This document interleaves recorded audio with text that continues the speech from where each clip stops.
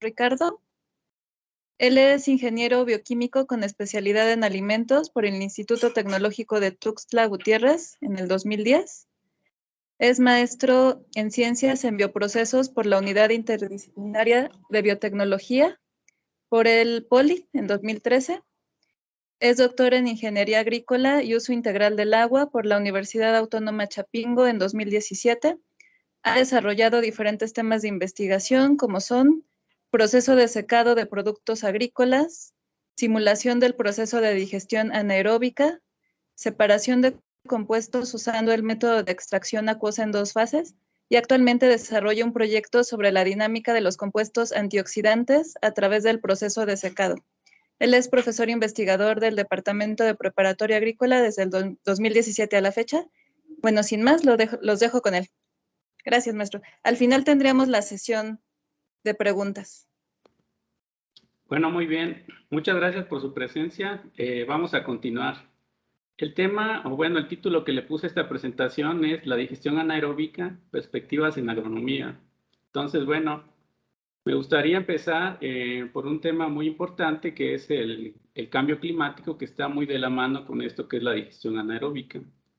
Entonces, bueno, ¿cómo podríamos definir el cambio climático? Básicamente, el cambio climático es el cambio del clima, de las condiciones que tiene el clima. Naturalmente, estas condiciones pues, han ido cambiando a lo largo de muchos años, cientos de años, miles de años, entre otras cosas, depende de varios factores. Sin embargo, la actividad humana ha hecho que este cambio climático sea más drástico y más rápido, ¿sí? Provocando ciertos desbalances en el clima como tal. Entonces, muchos de ellos son, por ejemplo, que han aumentado la temperatura global de la Tierra, ha aumentado.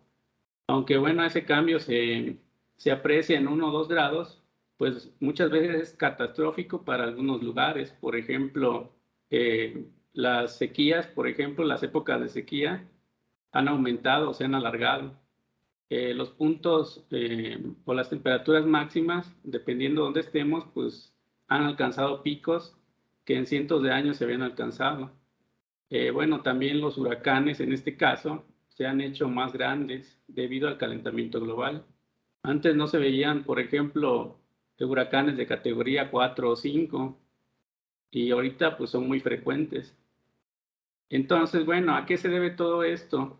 Gran parte se debe a la actividad humana y a la quema de combustibles fósiles, ¿sí? Lamentablemente estamos muy dependizados de lo que son los combustibles fósiles.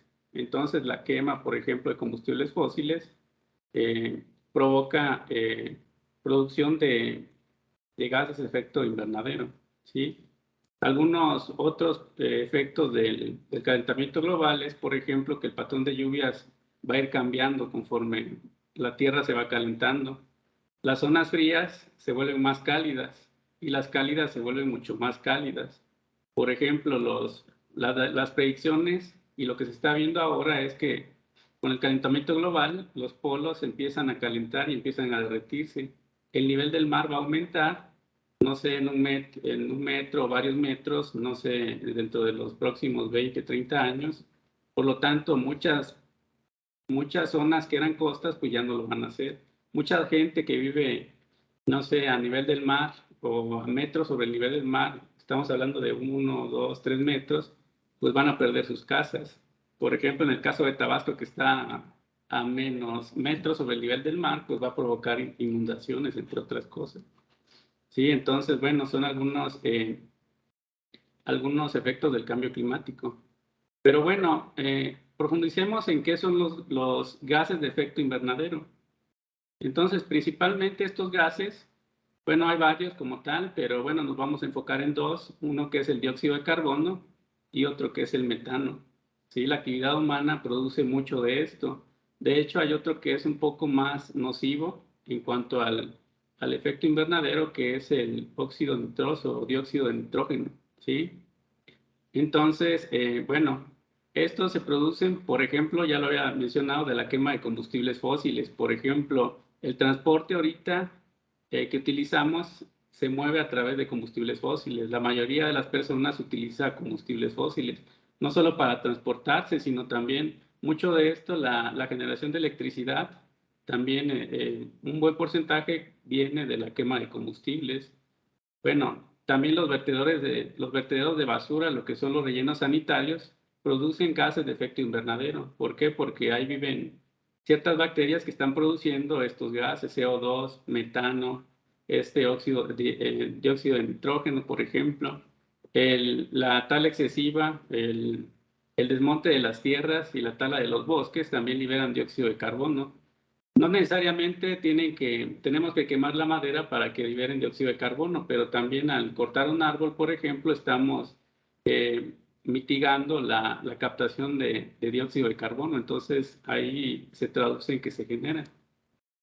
Y bueno, hay otros sectores también que generan dióxido de carbono, la energía, como lo mencioné, la industria en sí, la agricultura y bueno, el manejo de los residuos, de todos los residuos, ya sea de residuos caseros y todo lo que tengamos, pues si no se maneja adecuadamente puede incrementar la producción de estos gases de efecto invernadero.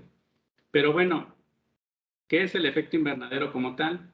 Acá lo voy a mostrar en un video que bueno, bajé acá de la NASA. Entonces, bueno, la luz llega del Sol a la Tierra y la radiación como tal hace que penetre como tal la atmósfera y esta es absorbida, la radiación es absorbida por estos gases y estos gases lo que tienen es la capacidad de calentarse. Y bueno, digamos que transforman esa radiación y la generan en forma de calor.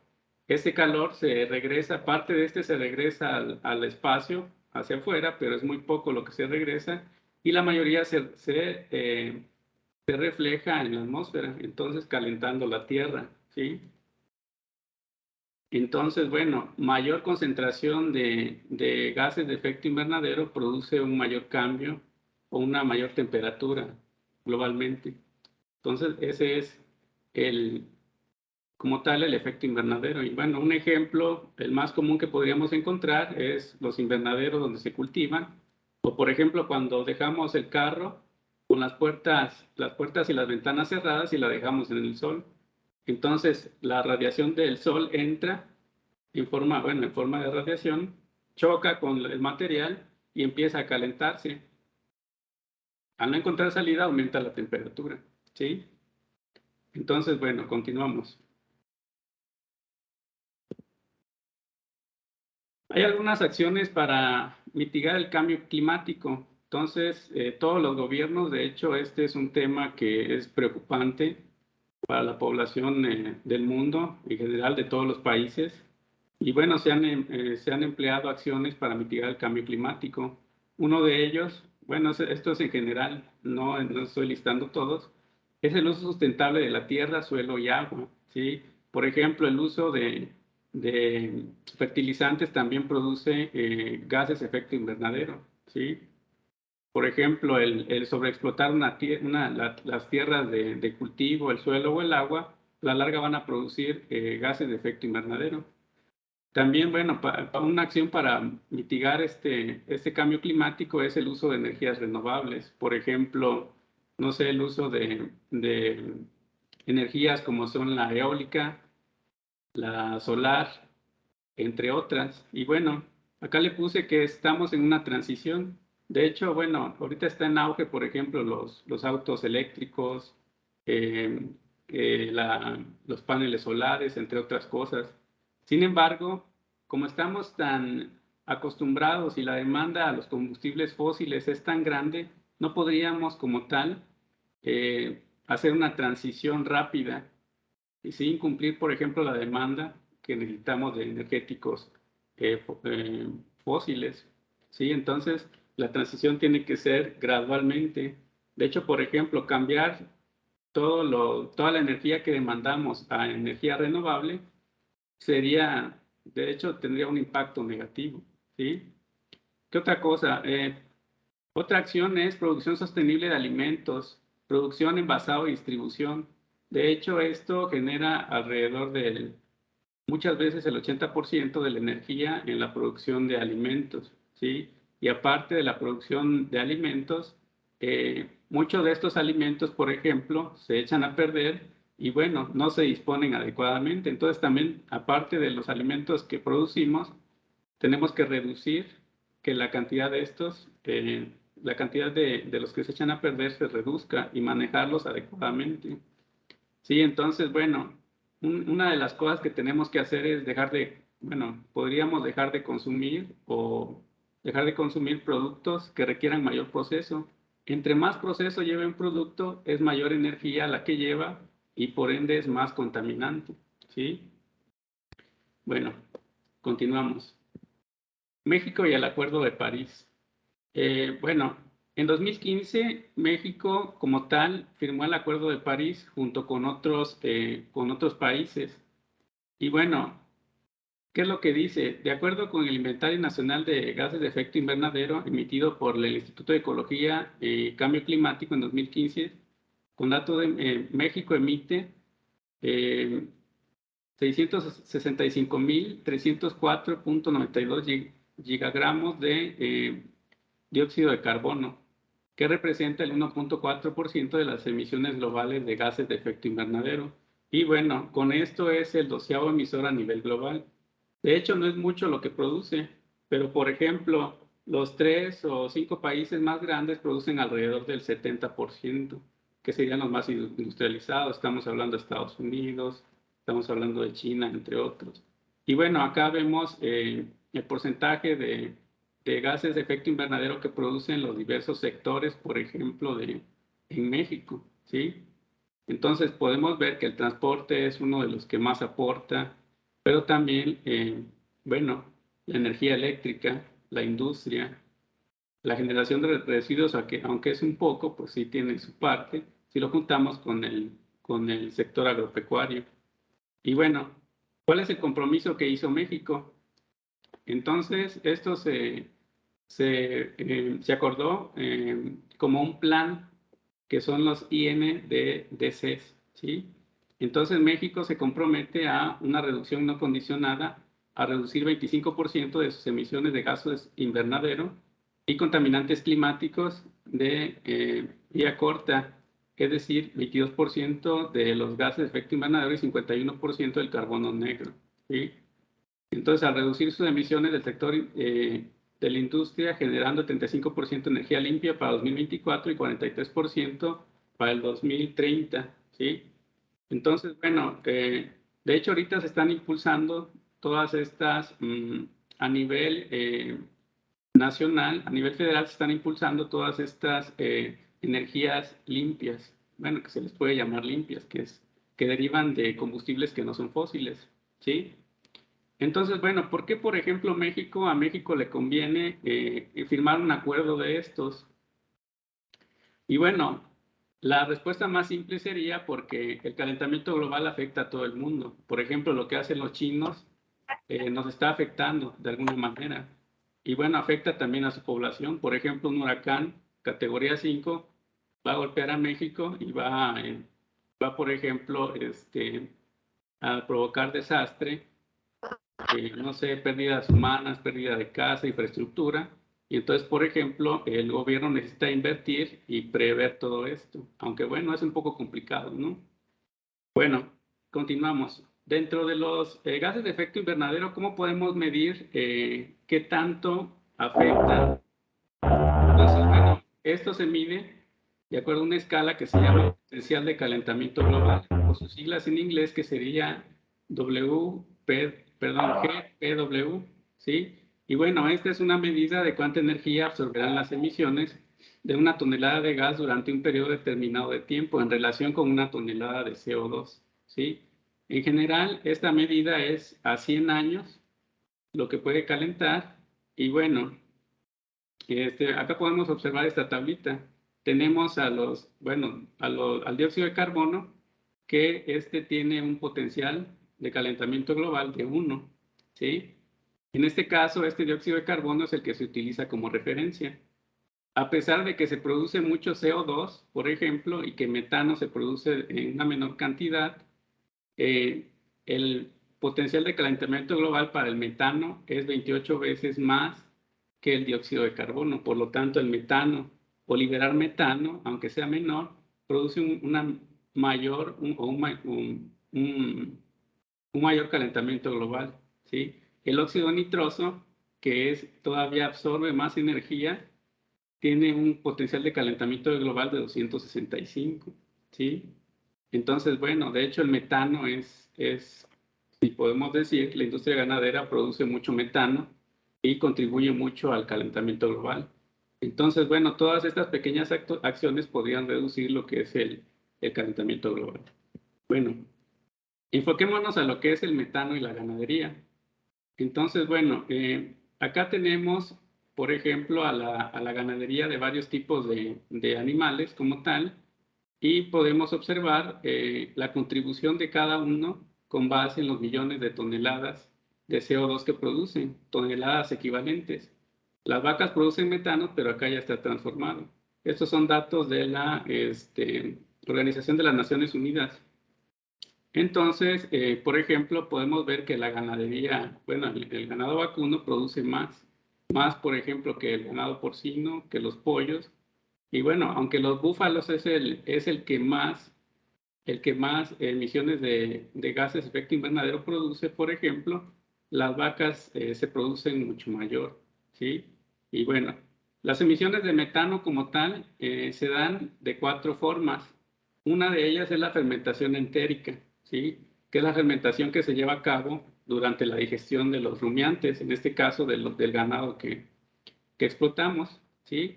Esa fermentación entérica se da por dos vías.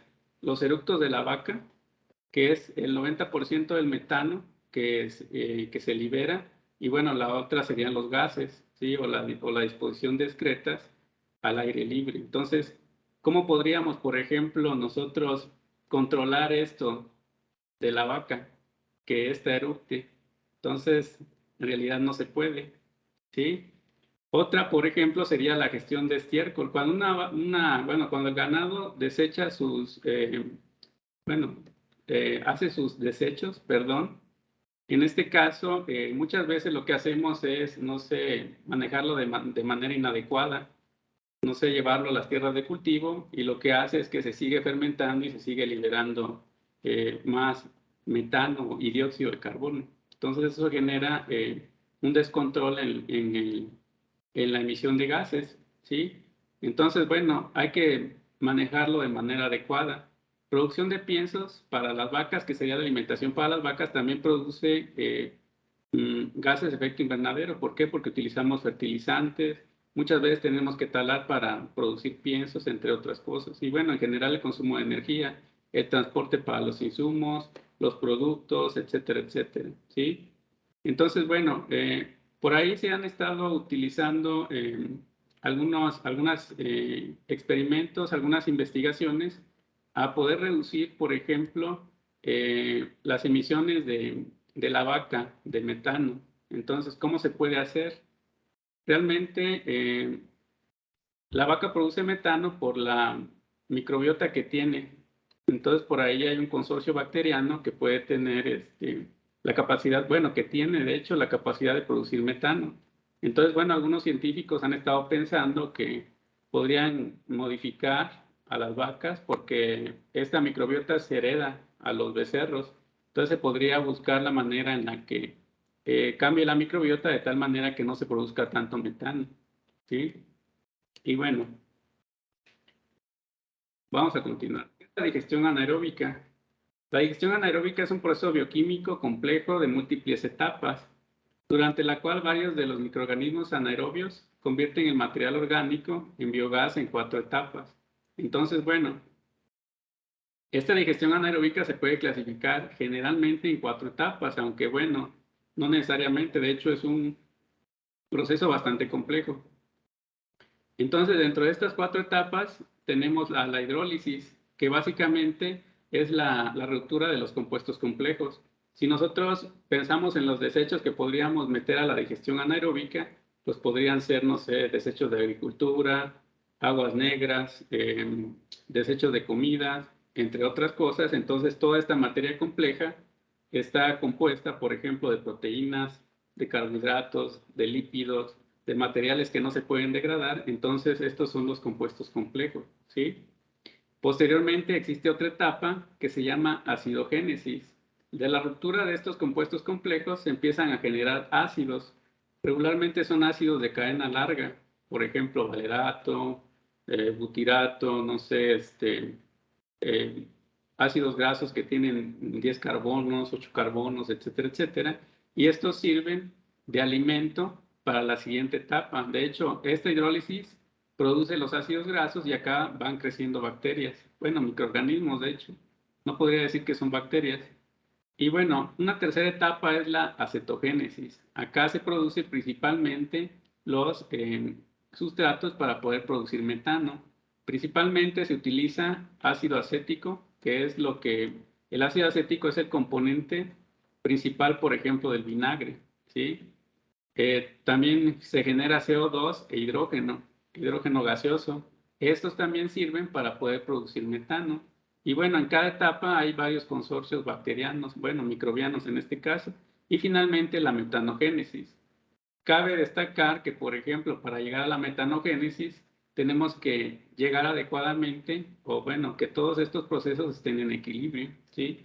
Entonces, el proceso de digestión anaeróbica, yo lo veo como una pirámide humana, donde en la parte de abajo es la hidrólisis, ¿sí? Posteriormente es la acidogénesis, acetogénesis y finalmente la metanogénesis. ¿Qué pasa, por ejemplo, si una de estas falla? Pues no podemos llegar al metano, ¿sí? Por ejemplo, si la acidogénesis es muy rápida, esto va a provocar que los demás se caigan o el metano no se llegue, ¿sí? No se llega al proceso de metanogénesis. Entonces, bueno, vamos a ir ahondando un poquito más. Y bueno, la digestión anaeróbica la podemos ver de una manera un poquito más extensa o más detallada en esta figura. Entonces, bueno, tenemos materia orgánica, básicamente que está compuesta de proteínas, carbohidratos y lípidos. Y bueno, acá quiero mostrar esta imagen. Los carbohidratos, pues ya, estos tienen una estructura y muchas veces son polímeros, al igual que los lípidos y bueno, algunas proteínas. Y bueno, estos pueden estar enlazados en una matriz del sustrato. Y bueno, estos pueden ser hidrolizados a complejos, por ejemplo, a compuestos más sencillos. Entonces, bueno, de acá las proteínas, carbohidratos y lípidos pueden cambiarse. Por ejemplo, los carbohidratos sabemos que son cadenas de azúcares. Estos se pueden romper a azúcares simples. De hecho, pueden también romperse a alcoholes, a piruvato, dependiendo. Las proteínas se pueden hidrolizar a aminoácidos y los lípidos a ácidos grasos. Después, esta primera etapa es la que conocemos como hidrólisis. Acá vienen los porcentajes, sin embargo, estos pueden ser relativos, depende qué le estemos dando de sustrato al digestor, ¿sí? Entonces, bueno, posteriormente viene la acidogénesis, donde todos los productos intermediarios se convierten en ácidos grasos, muchas veces de cadena larga o cadena corta, dependiendo. Y bueno, en cada parte existe una población bacteriana o microbiana. Posteriormente se producen a partir de estos compuestos más cortos, como es, por ejemplo, el acetato que tiene 2 carbonos, y el hidrógeno no tiene carbonos, pero bueno, es un compuesto muy pequeño. Y estos sirven de sustrato para producir metano. Por ejemplo, este acetato puede producir 2 moléculas de metano. Este hidrógeno más una molécula de CO2 puede producir metano. Entonces, bueno, por eso se dice que la digestión anaeróbica es un multietapa. Vemos ya desde una manera un poquito más amigable, podemos utilizar, por ejemplo, los residuos de estiércol del ganado como un sustrato. Los residuos agrícolas como son rastrojo, desechos de cultivo, entre otras cosas, se pueden utilizar como sustratos. Aguas residuales también se pueden utilizar como sustratos, ya sea aguas negras, lodos, entre otras cosas. Residuos de comida también se pueden utilizar. De hecho, acá le puse que era una codigestión, nada más para recordar que se pueden hacer mezclas entre sustratos. Por ejemplo, se podría mezclar el estiércol de vaca con alimento, bueno, con residuos de alimento o con desechos de residuos de agua, entre otras cosas. Y bueno, ¿para qué hacemos esto? Pues esto es como un abono, más o menos lo que le damos de comer a las plantas. lo podríamos hacer con la digestión anaeróbica. Podríamos probar varias relaciones entre estos sustratos y, bueno, llegar a por ejemplo, a una relación de nutrientes que van a favorecer la digestión. Entonces, bueno, esto que conocemos como sustrato lo podemos meter a un digestor que puede ser de varios tipos y, bueno, bajo condiciones anaeróbicas.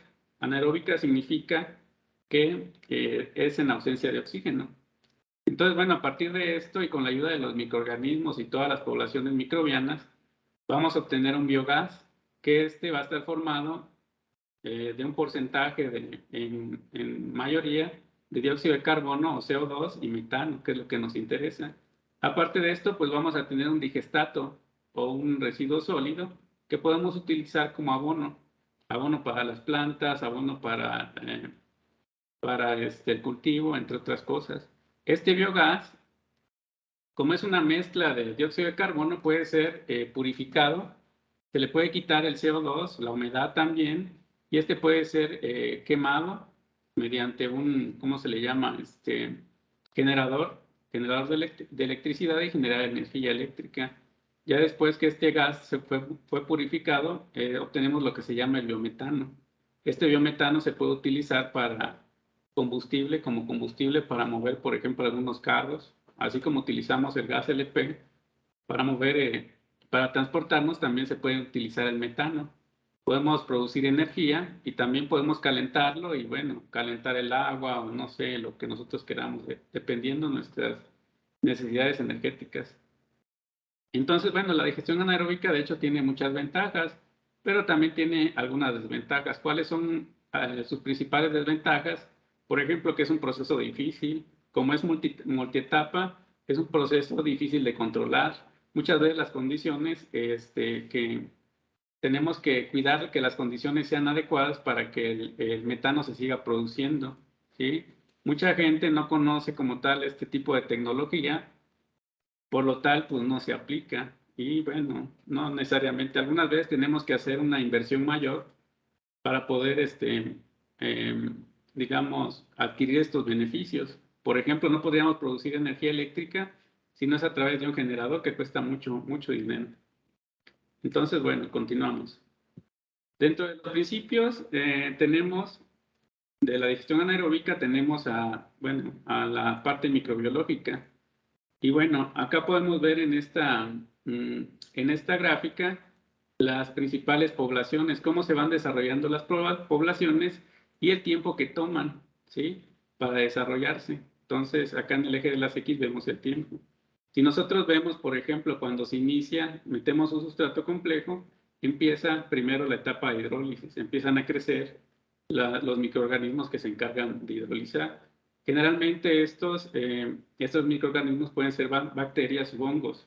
Posteriormente, a partir de esto, que ya se empieza a hidrolizar el sustrato, lo que se produce, el desecho que producen estas bacterias sirve para alimentar a la siguiente etapa, que sería la acidogénesis. Donde, bueno, acá también algunas bacterias y hongos pueden funcionar como, ¿cómo se le llama? Consumidores de estos ácidos, ¿sí? Y bueno, posteriormente tenemos otra etapa que se llama acetogénesis, donde se produce acetato principalmente.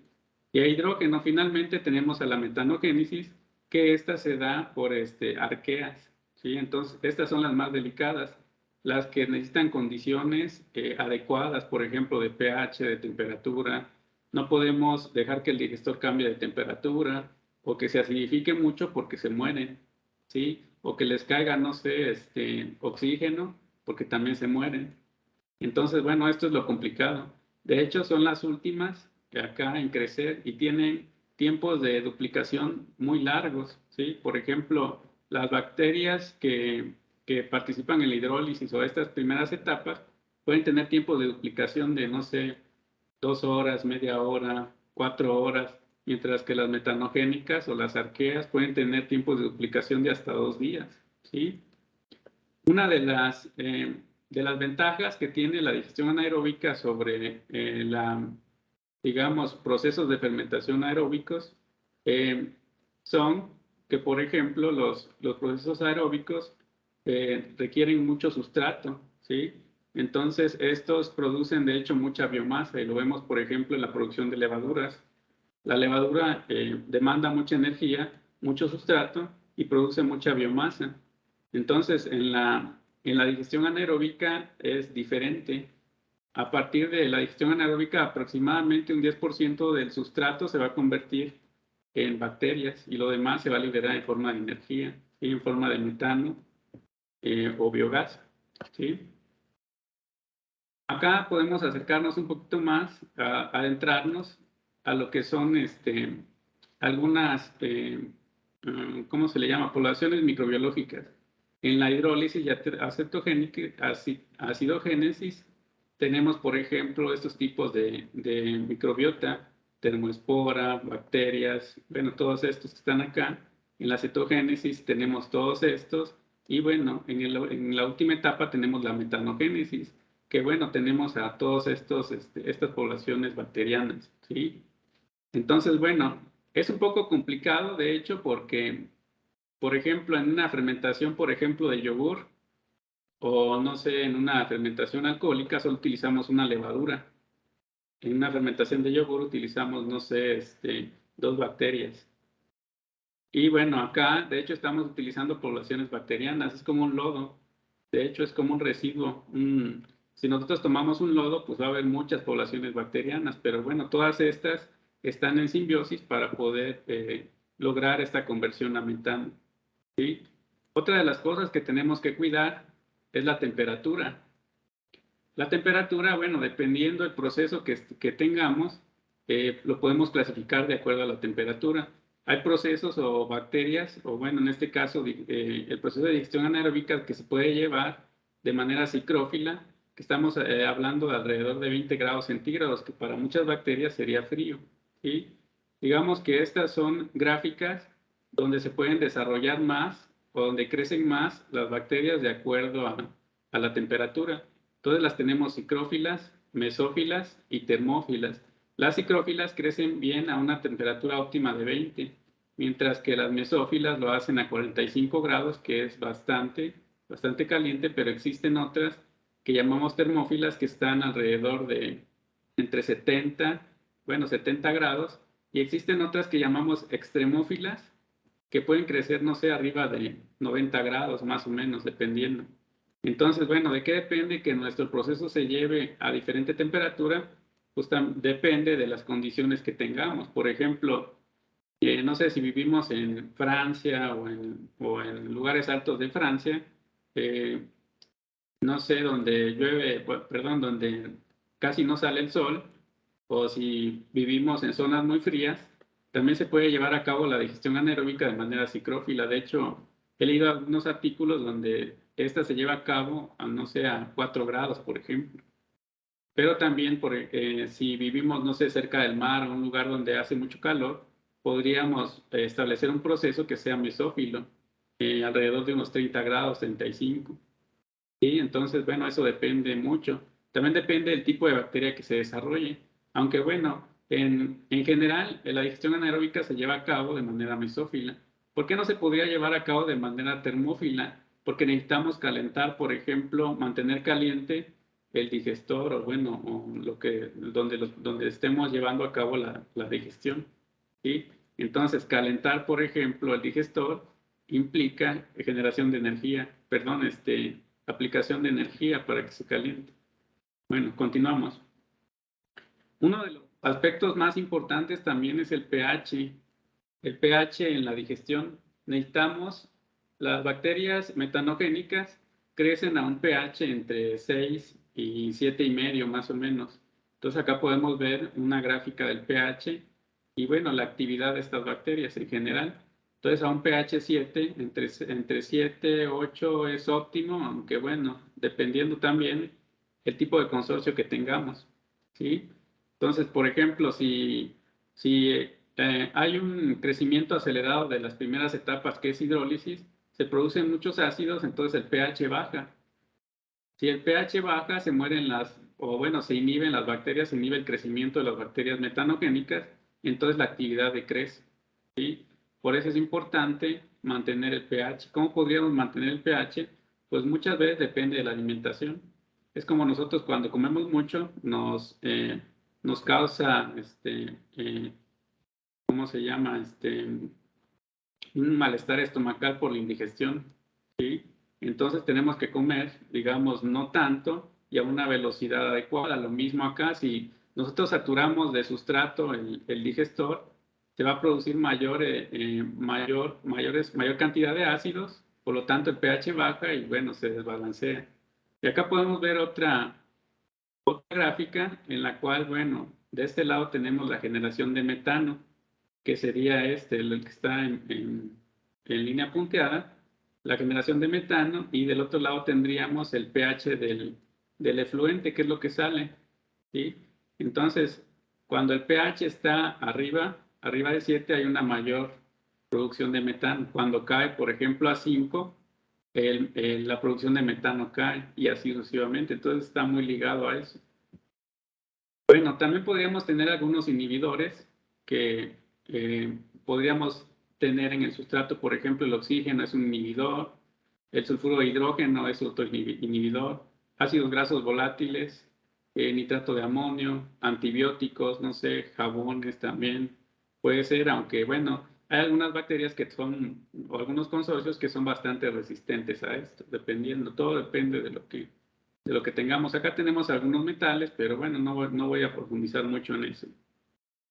Tipos de reactores o digestores. Bueno, para poder abordar un poco en lo que son los tipos de reactores, tenemos que definir lo que es el tiempo de retención hidráulico. Y esto tiene que ver con la velocidad a la que alimentamos el digestor. Entonces, bueno, este tiempo de retención hidráulico es, de hecho, la relación que existe entre el volumen del digestor, entre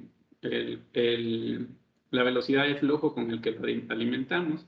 Entonces, regularmente, los tiempos de retención hidráulicos serían de 15 a 20 días, dependiendo. ¿Sí? 15 a 20 días, por ejemplo, para temperaturas mesófilas, o bueno, para cicrófilas podría ser 35 días, dependiendo.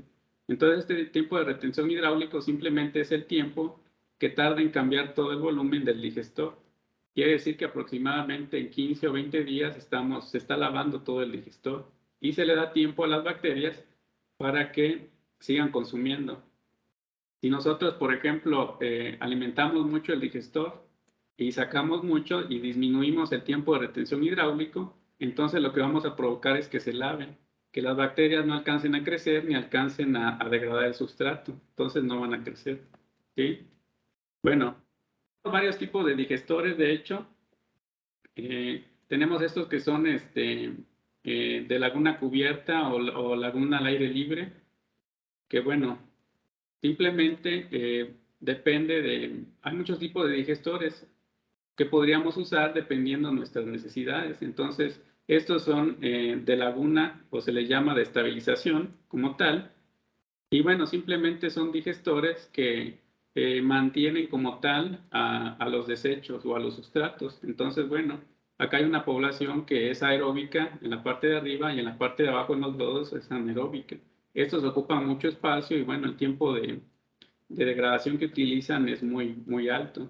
Tenemos a estos que se les llaman tanques sépticos.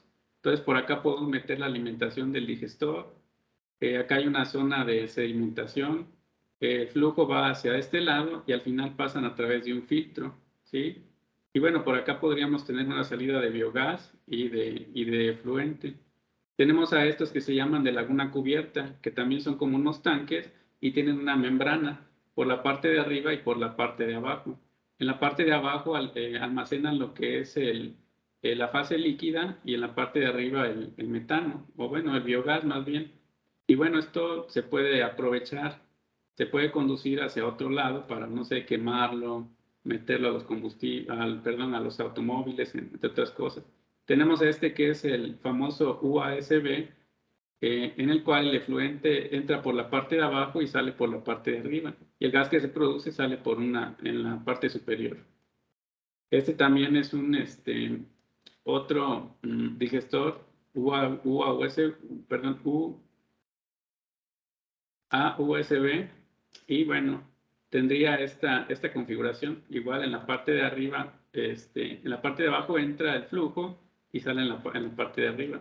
Tenemos también otro tipo de digestores que son los mezclados, ¿sí? Entonces, bueno, ¿de qué depende cuál vamos a utilizar o cuál vamos a desarrollar? Pues muchas veces de las necesidades que tengamos y bueno, también de los costos, ¿no?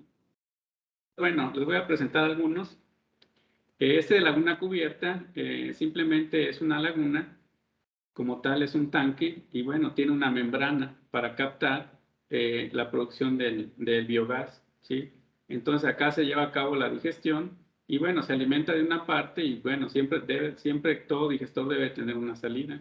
Entonces también por el tipo de alimentación podríamos clasificar a los digestores. Hay digestores que nada más se alimentan una vez, que se llaman el lote y bueno, hasta que finalizan. Otros que se alimentan intermitentemente, alimentamos ahorita, sacamos al mismo tiempo y no sé, alimentamos hasta el otro día. O hay de flujo continuo, que el mismo volumen que entra es el que sale y siempre está constante. Entonces, bueno, estos son los de laguna cubierta. Tenemos otro tipo que se les llama plug flow o flujo de pistón. Entonces, bueno, básicamente este es un tipo de laguna cubierta, sin embargo, la relación entre el ancho y largo es 1:5, o sea que son así como una salchicha más o menos. Sí, entonces este es uno de los clásicos que se utiliza para el tratamiento de residuos agrícolas.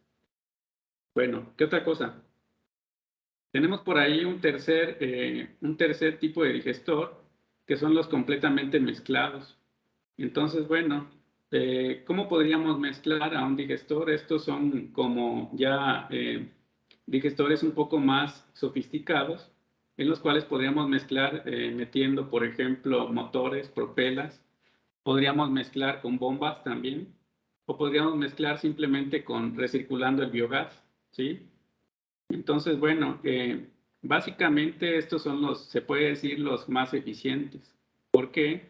Porque permiten un buen mezclado. Si existe un buen mezclado, existe un buen contacto, por ejemplo, entre las bacterias y el sustrato, por lo tanto la velocidad aumenta. No hay gradientes de temperatura, entonces eso también beneficia la digestión anaeróbica. Bueno, también podríamos tener a partir de la digestión anaeróbica subproductos. Estos pueden ser sólidos o líquidos.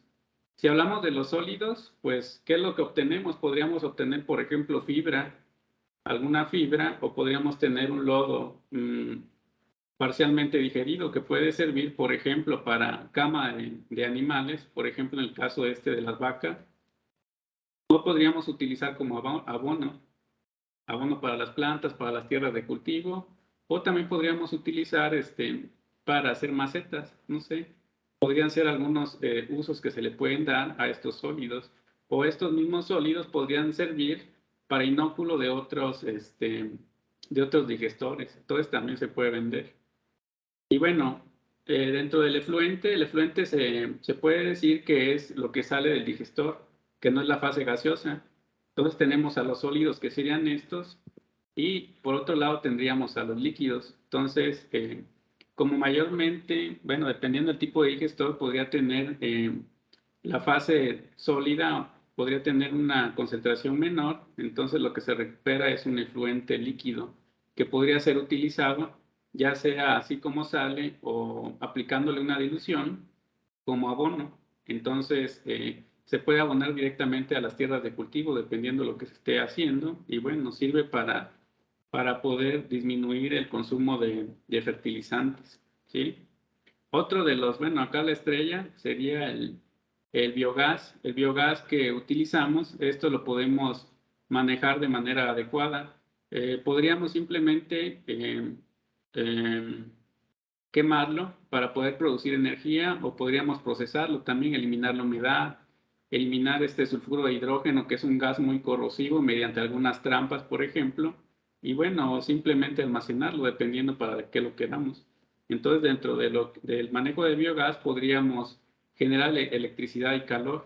Por ejemplo, esta es una turbina que es alimentada con metano y lo que hace es quemar ese metano y generar movimiento para generar electricidad, que esta puede alimentar como tal a la red, podrían subirla a la red eléctrica o a abastecer un proceso. También mediante la quema del metano se puede generar calor mediante un, ¿cómo se le llama? Intercambiador de calor y no sé, calentar una caldera, entre otras cosas, o simplemente se podría almacenar. Podemos tratar este metano o biogás para simplemente conducirlo, no sé, a la cocina, como se ha hecho muchas veces o como se hace muchas veces, o darle algún tratamiento, comprimirlo y, bueno, llevarlo a una estación para que vehículos sean alimentados con esto. Y bueno, simplemente también el gas, el metano producido se puede quemar. Entonces, si liberamos ese metano a la atmósfera, estamos produciendo gases de efecto invernadero más nocivos que el CO2, entonces lo podemos quemar simplemente, ¿sí? Cuando un digestor tiene que pararse o no puede seguir, no podemos seguir consumiendo este biogás, pues simplemente lo podemos quemar. Entonces esto se le llama el flaring. Bueno, ya casi finalizamos. Algunos casos de éxito, pues bueno, en mi maestría hice una estancia en la Universidad de West Virginia, en la que ahí tenían un digestor de 40 metros cúbicos de capacidad. Entonces, en este digestor se utilizaba pollinaza como sustrato, que la pollinaza son los residuos de cama del pollo, que bueno, incluye aserrín, plumas, desechos de los mismos pollos muertos, entre otras cosas. Y bueno, este digestor, de hecho, era termofílico. Más o menos estamos hablando de 67 grados. Entonces se tenía que calentar. Con el mismo biogás que se producía, se calentaba. Bueno, se calentaba agua y mantenía la temperatura muy alta. Entonces siempre estaba muy alto. Pero la digestión se hacía mucho más rápida, ¿sí? El tiempo de retención hidráulico era de 10 días, que bueno, es un poquito bajo. También por ahí, algunos otros casos que tenemos es el de este rancho que es la Hondonada Querétaro. Bueno, de hecho hay muchos casos de éxito, pero nada más conozco algunos. Entonces, este rancho La Hondonada es un rancho que produce leche de estas vacas Jersey. Y bueno, tienen, no sé, alrededor de, no sé, yo calculo algunas, no sé cuántas cabezas de ganado tendrán, pero bueno, de todos los desechos que se produce, se meten a un digestor de laguna cubierta, que bueno, son 3 de hecho, que están conectados, y bueno, se produce metano. El metano que se produce es quemado, o era quemado en ese tiempo, no sé si seguirá todavía, es quemado a través de un generador o de una caldera, y esa caldera daba la energía suficiente para crear vapor. Y bueno, acá se produce queso, entonces el vapor era aprovechado para procesos de pasteurización, o bueno, algunos otros procesos que, bueno, demandan acá la producción de queso, yogur, entre otras cosas. Y bueno, el efluente, de hecho a mí me tocó verlo, que sí lo riegan en el pasto o ¿cómo se le llama? En los, en el cultivo que sirve de alimento a las vacas, ¿sí? Entonces, bueno, de hecho esto de la digestión anaeróbica pues es usado, pero pues no se usa mucho. Espero que con todo esto de las nuevas regulaciones tenga un mayor auge. Y acá podemos encontrar en internet pues algunas noticias, por ejemplo, esta destilería de whisky trata sus desechos, produce biogás y bueno, alimenta al transporte, a su mismo transporte de la misma empresa. Y bueno, para finalizar, en México hay 2.289 plantas de tratamiento de aguas residuales, sin embargo no producen metano. Entonces, bueno, el gobierno federal está tratando de de hacer una guía para que se produzca metano a partir de esta y bueno, se mitigue un poco del calentamiento global. Además, pues como ya dijimos por ahí, México firmó el Acuerdo de París para la reducción de gases de efecto invernadero, entonces estamos por ahí un poco obligados a cumplir y a producir energía de manera un poco más, menos nociva. Y bueno, finalmente, ¿cómo podemos hacer un digestor casero? Si ustedes están preguntando. Bueno, la mejor forma de poder obtener las bacterias metanogénicas y todo el consorcio se encuentra acá en el estiércol. Entre más fresco, acuérdense que las metanogénicas son arqueas que, bueno, se envenenan con el oxígeno. Entonces, podríamos buscar el estiércol como inóculo y, bueno, entre más fresco mejor. Podríamos poner una parte de en un recipiente cerrado y agregarle agua. ¿Qué tanta agua? Pues no sé, puede ser la mitad y la mitad, dependiendo. Mantener en una condición de temperatura, no sé, de 25 grados, 30 grados, dependiendo. Quizás algunos en sus casas pues vivan en lugares calientes y bueno, esto favorezca el crecimiento de estas bacterias. Alrededor de un mes, va a tomar para un mes, 2 meses, dependiendo cómo esté el proceso, va a tomar para que ésta pueda generar metano. Entonces, si consiguen un recipiente, este puede ser un bote como estos, pero también puede ser un envase de botella o no sé, lo que tengan, una cubeta de 20 litros. Pero sí debe tener diversas salidas y entradas. Una de ellas, por ejemplo, es la alimentación, que podría ser esta que se ve acá. Una tiene que ser la salida de biogás. Y bueno, el digestor no se llena totalmente, se llena alrededor de 3/4 con líquido y estiércol, y un cuarto va a quedar como tamaño de cabeza en el cual se va a almacenar el biogás. En la parte de abajo debe tener una salida por si quieren, como tal, eh, quitar un poco de los lodos dependiendo cómo lo alimenten, y acá debe salir el agua, el líquido. Podrían mezclarlo, cerrarlo y agitarlo de vez en cuando. Y bueno, en esta parte se va a ir produciendo el biogás que puede ser atrapado mediante una trampa de agua. Entonces, ¿cómo es esta trampa de agua? Colocan una botella hacia abajo dentro de una cubeta con agua, que ésta esté llena de aire. Y bueno, este tubo que está produciendo metano va a desplazar al agua que tenga la botella y bueno, se va a llenar al final de aire, ¿sí? Entonces, bueno, básicamente, ¿cómo podemos saber si está funcionando o no? Pues simplemente quemamos el metano. Entonces, si prendemos una flama y quemamos el metano con la botella, se tiene que ver una flama azul. Si no, si se apaga, pues quiere decir que se está generando CO2, entonces la primera etapa son las que están avanzando. Y bueno, entre más gas produzca, va a haber mayor actividad de las bacterias. Entonces, bueno, por acá tengo algunos ejemplos de videos, estos los hice yo como tal. No he retomado como tal esta línea de investigación, pero espero que la pueda retomar en los siguientes años. Entonces, este es un biodigestor que construimos por ahí. Y bueno, en esta manguera fluye el metano que se produce. Esta es una botella de agua invertida que estaba llena de agua. Y bueno, simplemente el metano desplazó el agua y ahorita ya está lleno de biogás. Entonces le acercamos una mecha y bueno, no sé si se alcance a ver, pero ahí se ve una flama azul. Eh, como está de día, pues no se alcanza a ver bien, pero espero que en este otro video sí se vea bien. Ahí está un poquito más oscuro. Y bueno, ahí se alcanza a ver la flama azul. Entonces, entre más azul es mayor producción de metano. Entre más dejemos al digestor, más tiempo dejemos al digestor hidrolizar el sustrato, la cantidad de metano va a ser mayor. Entonces, bueno, acá no les dije, pero cada cuánto debemos alimentar al digestor, pues no se le pueden ir echando poquito y sacándole poquito, no sé, diariamente, ¿sí? Entonces, si es un digestor de 20 litros, le pueden agregar, no sé, 300 mililitros diarios y sacarle 300 mililitros diarios. Y bueno, gracias por su atención, es todo, no los quiero aburrir con más cosas porque esto de hecho va para largo. Entonces, muchas gracias. Me gustaría terminar con esta pequeña frase que dijo Nikola Tesla. La ciencia no es sino una perversión de sí misma, a menos que tenga como objetivo final el mejoramiento de la humanidad.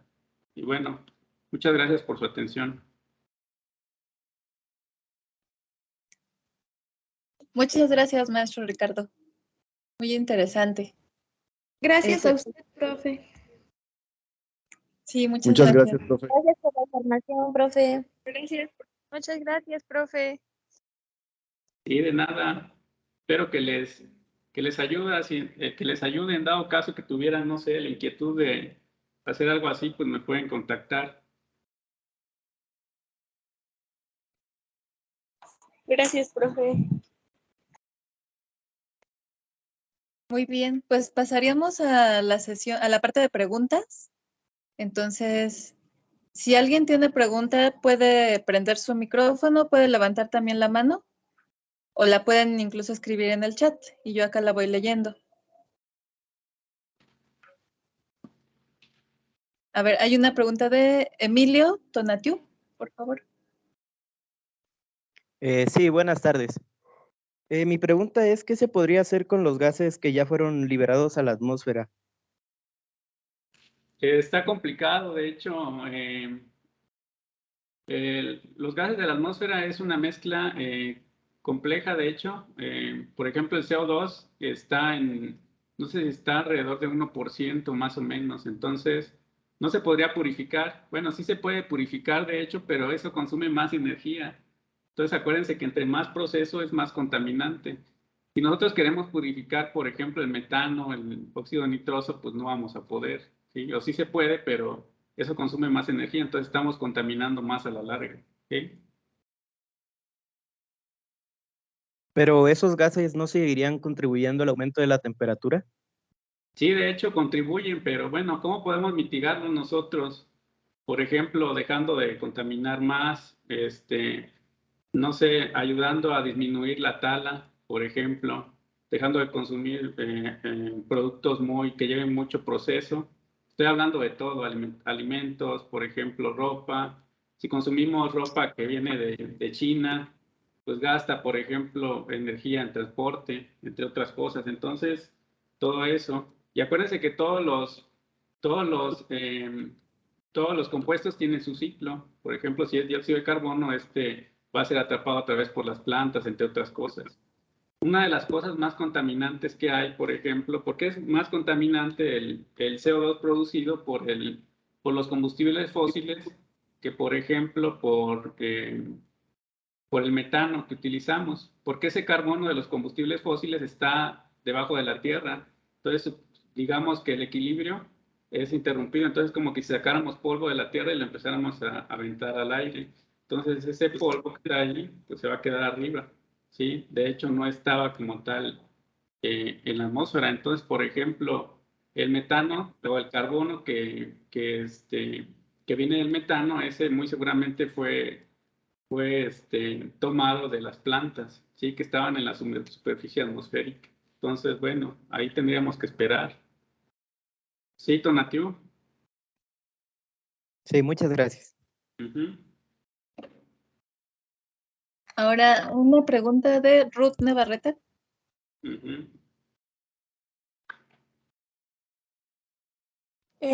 Mi pregunta es, profe, ¿antes los animales no contaminaban tanto? ¿O cómo es que no liberaban tanto metano? ¿O cómo es que se llegó a este desequilibrio? Bueno, de hecho es la alta demanda. No habría de hecho tanta agricultura, tanta ganadería si no demandáramos todo eso. Entonces, uno de los males del mundo es la población. Mucha población demanda más energía, más servicios, más consumo, más alimentos. Entonces lo podemos ver.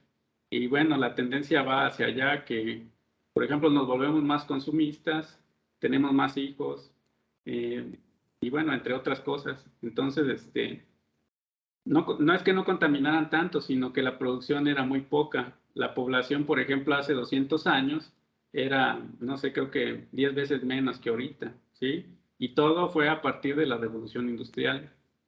Entonces, bueno, esa es una de las cosas, ¿sí? Ok, profe, gracias. Profesor Gregorio Ruiz.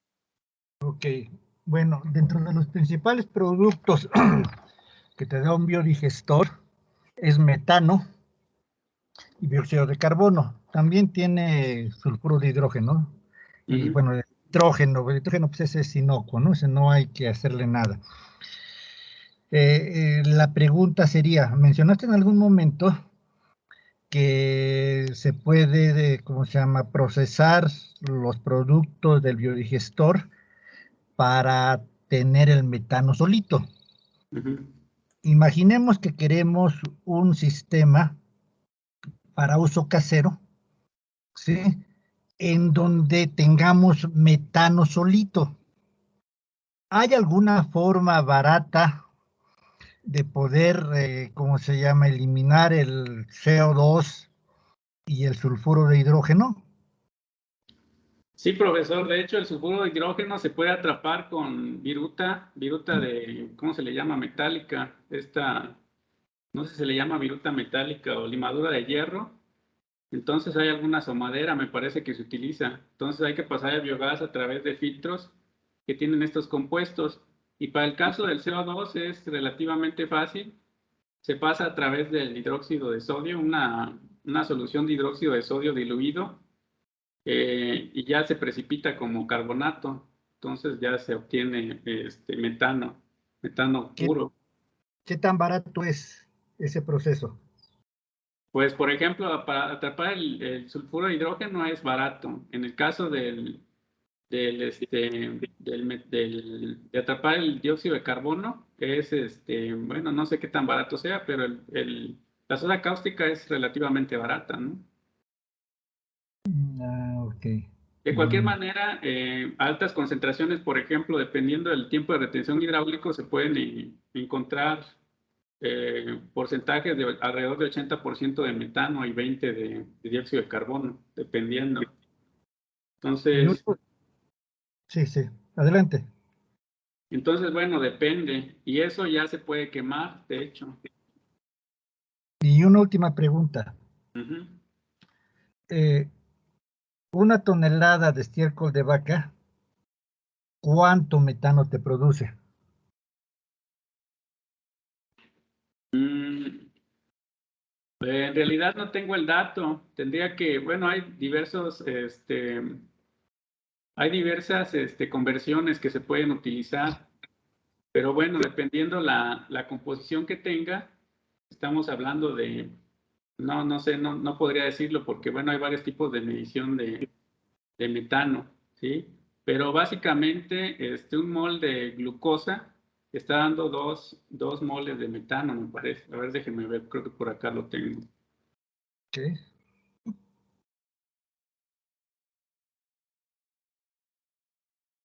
Sí, un mol de glucosa da, 3 moles de dióxido de carbono y 3 moles de metano. Entonces se puede decir que un mol de glucosa, el 50% lo va a dar en metano, ¿sí? Pero también este dióxido de carbono, de hecho, puede servir como sustrato para producir metano por otras bacterias. Entonces, por eso le digo, de hecho, puede eficientarse un poquito más, ¿sí? Y bueno, también habría que ver el estiércol de vaca cuánta humedad tiene, entre otras cosas, ¿no? Pero sí, Okay. sí conviene. Y una última pregunta más sencilla. Uh-huh. ¿Eres chiapaneco? Así es. Ok, gracias. Soy Sería del todo. municipio de Arriaga. Ok, gracias. Bonita plática. Muchas gracias. Gracias. La siguiente pregunta es del profesor Antonio Aguilar. Por favor, maestro. Bueno, en realidad tengo un comentario y 2 preguntas. El primer comentario es respecto a la mención de modificar la microbiota del ganado. Yo creo que esta disbiosis provocada definitivamente va a repercutir en la falta de salud, primeramente a nivel intestinal y después a nivel de todo el organismo del animal. Sabemos que la microbiota heredada durante el nacimiento, pues es sumamente importante en el sistema inmunológico del organismo. Si este sistema inmunológico funciona mal, pues esto va a conducir a enfermedades, ¿no? De muchos tipos. Y no solamente eso, va a disminuir lo que se llama o más bien va a aumentar lo que se llama la inmunosenescencia, lo cual va a ser difícil eliminar, por ejemplo, pues todas aquellas células que ya no son funcionales, se van a ir incrementando en el organismo, lo cual pues también va a conducir a una inflamación a nivel general. De hecho, tener un intestino enfermo por una disbiosis, pues va a provocar que este intestino sea permeable y que empiecen a fluir a nivel sanguíneo, pues una serie de sustancias, residuos bacterianos, moléculas muy grandes, y que sea el sistema inmune que se vaya sobre ellas causando una inflamación a nivel orgánico. Entonces, esto me parece demasiado peligroso. Por ejemplo, en el caso de los seres humanos, esta disbiosis pues está provocando, entre otras cosas, la diabetes, el cáncer y muchas otras enfermedades. Entonces, a mí me parece que habría que pensarlo 2 veces esto de la modificación de la microbiota del ganado. Y respecto a las preguntas, pues son realmente cortas. La primera sería que a lo mejor me lo perdí, pero no sé cuál sea el objetivo de este trabajo. Y la segunda sería, me parece que se está recomendando aquí la digestión anaeróbica que produce metano. Esas serían mis preguntas y mi comentario.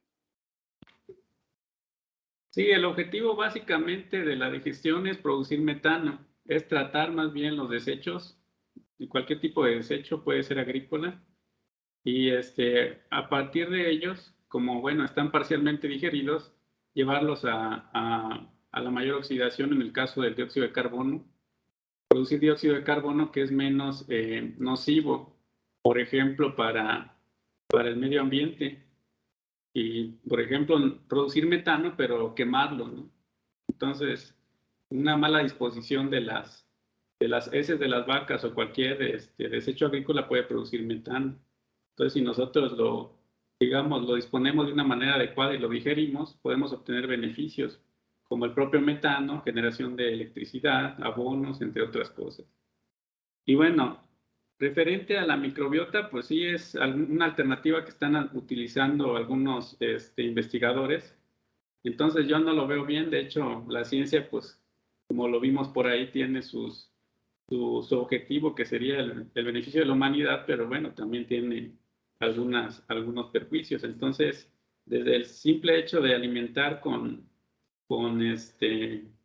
cereales a las vacas en lugar de pasto, pues eso le cambia la microbiota. Y a partir de ello, pues se han generado, por ejemplo, algunas cepas de E. coli más resistentes y se han generado, no sé, algunas, bueno, de ahí me parece que se generó la E. coli hemorrágica, entre otras cosas. Entonces, bueno, son cosas quizás algunas desesperadas que se tienen que hacer, pero bueno, entonces como les decía, tenemos que disminuir la demanda de estos productos, entonces hay que generar conciencia entre todos, ¿no? Más entre los jóvenes que son el futuro, que también son futuros consumidores y trabajadores y pobladores del mundo, ¿no?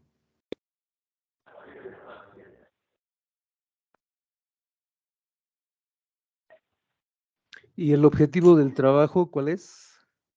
Pues sería aprovechar los residuos agrícolas a través de la digestión anaeróbica.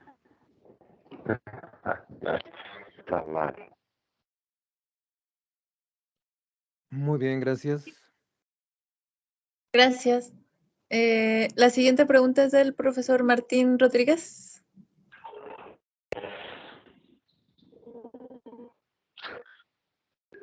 No sé si me escucha. Sí, adelante. ¿Me escucha? Compañero Ricardo, Sí. soy profesor Martín Rodríguez del área de física. Yo tengo un biodigestor de leche continuo y que lo hago trabajar con unos calentadores solares a 37 grados para que estén en el rango mesófilo. Me gustaría mucho poder intercambiar directamente con usted sus experiencias con las que hemos tenido ahí en el módulo de ecotecnias que tenemos en prepa. Me gustaría mucho, la verdad. Gracias. Sí, profesor, nos podemos contactar ahí por el chat. Bueno, Ya nos ponemos de acuerdo. ¿sí me escuchó? Sí, más o menos, porque sí se escucha. Bueno. Ok. Muchísimas gracias. Pero ahí mediante correo o el chat estoy Sí, disponible. que estoy al teléfono, no estoy en computadora, pero le agradezco su atención. Hasta luego. Sí, gracias. Perfecto, muchas gracias.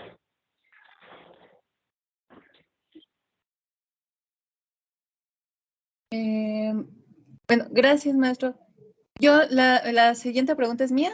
Nada más, si esto lo podemos, digamos, o sea, sí se puede hacer de manera casera y si, por ejemplo, bueno, como lo vimos, ¿no? En las imágenes, y si conviene o recomienda aplicarlo, por ejemplo, en un rancho chiquito, o sea, de que vive, pero hay, sí se genera, gallinaza y están los desechos de borregos, por ejemplo. No sé si esto se puede como mezclar de alguna manera así y meterlo a un biodigestor y recuperar, digamos, el gas y llevarlo como hacia una hornilla, o sea, reutilizarlo así como en la cocina. O sea, esto sí se hace o se puede hacer. ¿Lo recomienda? Sí, de hecho he visto varios videos en YouTube que lo hacen, más o menos, digamos que una familia, el suministro de gas que se produce para una familia puede ser suministrado por alrededor de unos 5 cerdos más o menos. Estamos hablando de unas 3 vacas tal vez. Entonces, si se tiene más de eso, pues se puede hacer. Entonces, bueno, ahí las mezclas son lo importante. Primero hay que arrancar el digestor como todo. Entonces hay que tener mucho cuidado, más o menos tarda un mes y después irlo alimentando poco a poco. Y bueno, el tamaño del digestor puede depender, puede ser, no sé, un tambo de 200 litros o un tanquecito por ahí. Entonces, si lo quieren implementar, yo les recomiendo que empiecen con algo pequeño. Y bueno, entre menos fluctúe la temperatura, pues eso le va a beneficiar a las poblaciones microbianas. Y también es muy importante de no sobrecargarlo porque se acidifica y bueno, se deja de producir metano.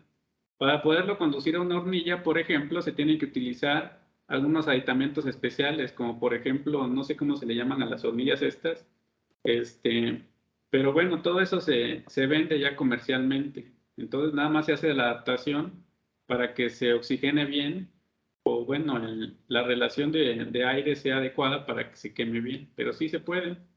De hecho, bueno, yo no lo he hecho porque pues no tengo dónde, pero sí, sí es posible. Sí, sí, bueno, esto lo pregunto por un rancho de mis tíos. Entonces, justo creo que sería muy buena opción. Pues ya, muchas gracias, maestro. Sí, de hecho, La el segunda. Ajá. plato principal podría ser estiércol de vaca, pero de ahí se puede ir adaptando la, la microbiota. Ok, muchas gracias. La siguiente pregunta es de la profesora Landy Hernández. Sí, gracias. Buenas tardes a todos. Ricardo, una pregunta. De los digestores que tú nos mostraste, alguna vez hace mucho tiempo trabajé con digestores, pero para producir nitrógeno. Entonces, dependiendo de los lodos, de la DQO, de la composición que tengan estos lodos, pues tú puedes dirigir hacia metanogénesis, hacia producción de nitrógeno, pero yo lo hice, digamos, a nivel laboratorio, meramente de laboratorio. ¿Qué tan factible tú crees que sea fabricar un biodigestor casero, pero que más hacia la metanogénesis vaya hacia la producción de nitrógeno? Es muy complicado hacerlo a nivel, digamos, pues no en condiciones tan estrictas como de laboratorio. El nitrógeno era nitrógeno gaseoso, N2. Sí, sí, sí. Pues no sé, en realidad no tengo conocimiento de nitrógeno, pero yo supongo que, por ejemplo, en el caso de la metanogénesis, nada más se tendría que inhibir, por ejemplo, la metanogénesis y ver qué tipo de bacteria es la de interés. Entonces, no sé qué tipo de bacteria o microorganismo sea la que produce nitrógeno. Entonces, pues ya nada más generarle las condiciones. Yo creo que no debe ser tan complicado, pero por ejemplo, para el caso del nitrógeno, pues el aire tiene un buen porcentaje de nitrógeno. Okay. Entonces, salvo que se quiera más pureza, pero sí lo veo un poco complicado, purificar más o producir más nitrógeno. Sí, lo decía en el sentido de que ya ves que si se producen este tipo de gases, pues o sea, a veces se contamina dependiendo, ¿no? Qué tanto se produzca. Y pues bueno, considerando que el nitrógeno está en el aire, que está en la composición básica, pues bueno, digamos como para contribuir, ¿no? De que que se genere este nitrógeno. Pero sí, o sea, sí, la verdad es que nunca lo intenté hacerlo a nivel, pues, que no fuera en condiciones tan estrictas, pero sí, seguramente habrá que orientar el consorcio microbiano para que lo produzca. Gracias, Ricardo. Sí. Gracias. Y hay una última pregunta de David Trujillo. Sí, buenas tardes, profe, ¿me escucha? Sí, adelante. Quería preguntarle que si esto solo se podría aplicar en vacas o también se puede aplicar en los humanos, o sea, si en heces de aguas negras y esas cosas. Bueno, sí, de hecho, nada más sería estudiar la composición de las heces como tal. Entonces, pues, partimos de un compuesto complejo que regularmente va a estar formado de carbohidratos, yo supongo, dependiendo de la alimentación. Y bueno, nada más es determinar la población bacteriana igual. Lo que yo haría, por ejemplo, porque a mí también me interesa por esto de tratar las heces humanas, porque bueno, las heces humanas son muy contaminantes y se producen mucho. Pero un dato importante es que se producen más heces de animales que humanas, porque bueno, hay mayor producción. De hecho, la población de las vacas es muy grande, la de los pollos también supera la de los humanos. Y entonces los desechos pues mucho mayor. Entonces se puede empezar, por ejemplo, digiriendo estiércol de vaca y se le va aumentando la relación entre desechos humanos y el de vaca, de tal manera que se vaya acostumbrando y así sucesivamente. Entonces, pero sí se puede básicamente para todo. Se puede tratar, por ejemplo, hasta algunos compuestos tóxicos, residuos de industrias, por ejemplo, pero bueno, hay que ir acondicionando el inóculo, ¿sí? La población microbiana. Entonces, sí se puede.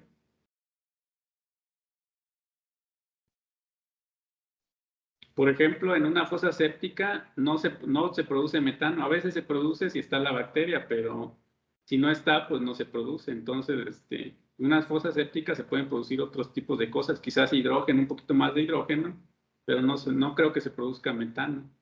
Entonces, para que se produzca, pues tenemos que incluir a la cepa, a ¿cómo se les llama? A estas bacterias metanogénicas, ¿sí? Pero sí se puede.